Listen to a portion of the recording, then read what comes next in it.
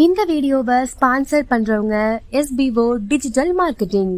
இது ஒரு சூப்பரான work from home opportunity.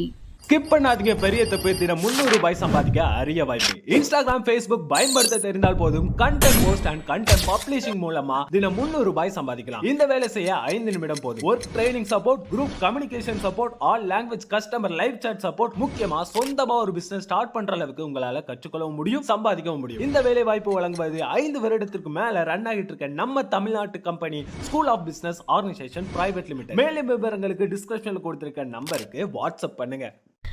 Hello friends, எல்லோரும் எப்படி இருக்கீங்க?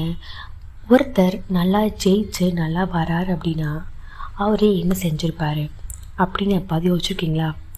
நம்மளில் நிறையா பேர் நிறைய விஷயங்களில் சிந்திக்கிறோம், செயல்படுத்துகிறோம். ஆனால் கம்ப்ளீட்டாக செயல்படுத்துகிறோமா அப்படின்னா கிடையாது. ஃபார் எக்ஸாம்பிள், ஒரு சின்ன ஸ்டோரி சொல்கிறேன் ஃப்ரெண்ட்ஸ். உங்கள் கதையில் பார்த்திங்கன்னா 2 குழந்தைங்க வராங்க. 2 குழந்தைங்களுக்குமே செஸ் தெரியாது. உங்கள் பக்கத்து வீட்டில் ஒரு அண்ணன் வந்து செஸ் சூப்பராக ஆடுறாங்க.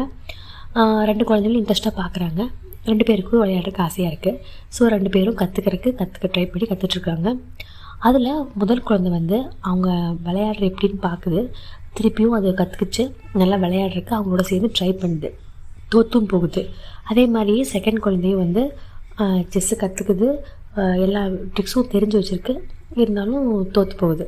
ஏன்னா ஸ்டார்டிங்கில் எடுத்த வேலையில் யாரும் ஜெயிக்க முடியாது. ஆனால் செகண்ட் குழந்தை சரி நம்ம ஒரு 2 டைம் 3 டைம் தோற்றதுக்கப்புறமா நம்ம எப்பவும் தோற்று தான் போகிறோம், நம்ம ஜெயிக்க மாட்டோம் கேமில், அந்த அண்ணா தான் பெரிய ஆள் அப்படின்னு யோசிச்சுட்டு அவங்க வீட்டுக்கு போகாமல் செஸ் ஆடாமல் விட்டுருச்சு. ஆனால் மனசுக்குள்ளே செஸ் ஆடணும்னு ஆசை. ஆனால் நம்பர் 1 குழந்தை என்ன பண்ணுறது அப்படின்னா தொடர்ந்து செஸ் விளையாடுது. தோக்குது. 1 டைம் 2 டைம் கிடையாது ஃப்ரெண்ட்ஸ், 50 டைம் தோக்குது. இப்போவும் நான் எப்போவாவது ஜெயிப்பேன் அப்படின்னு யோசிச்சுட்டே பண்ணிகிட்டே இருக்குது. அந்த 50 டைம் தோக்குறப்பவும் 50 பாடங்களை கற்றுக்குச்சு.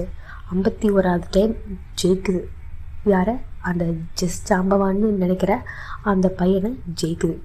அப்போ நம்ம முயற்சி பண்ணோம் அப்படின்னா கண்டிப்பாக ஜெயிப்போம். ஆனால் 1 நாள் 2 நாளையும் ஜெயிக்கலாம். இல்லை ரொம்ப கஷ்டமான விஷயங்களை நம்ம கற்றுக்கிட்டு லேர்ன் பண்ணிக்கிட்டு ஜெயிக்கிறதுக்கு ரொம்ப நாள் கூட ஆகலாம். அது வரைக்கும் நம்ம பொறுத்து தொடர்ந்து வரணும் ஃப்ரெண்ட்ஸ்.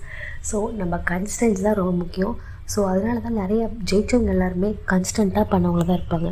ஒரு செயலை விட்டு போகிறவங்க கண்டிப்பாக ஜெயிக்க முடியாது. ஏன்னா நம்ம கன்ஸ்டண்ட்டாக பண்ணால் தான் அதில் ட்ராபேக் தெரியும், ட்ரிக்ஸ் தெரியும், ஜெயிக்க முடியும். ஸோ இது ஒரு சின்ன story and learning. Thank you for வாட்சிங்.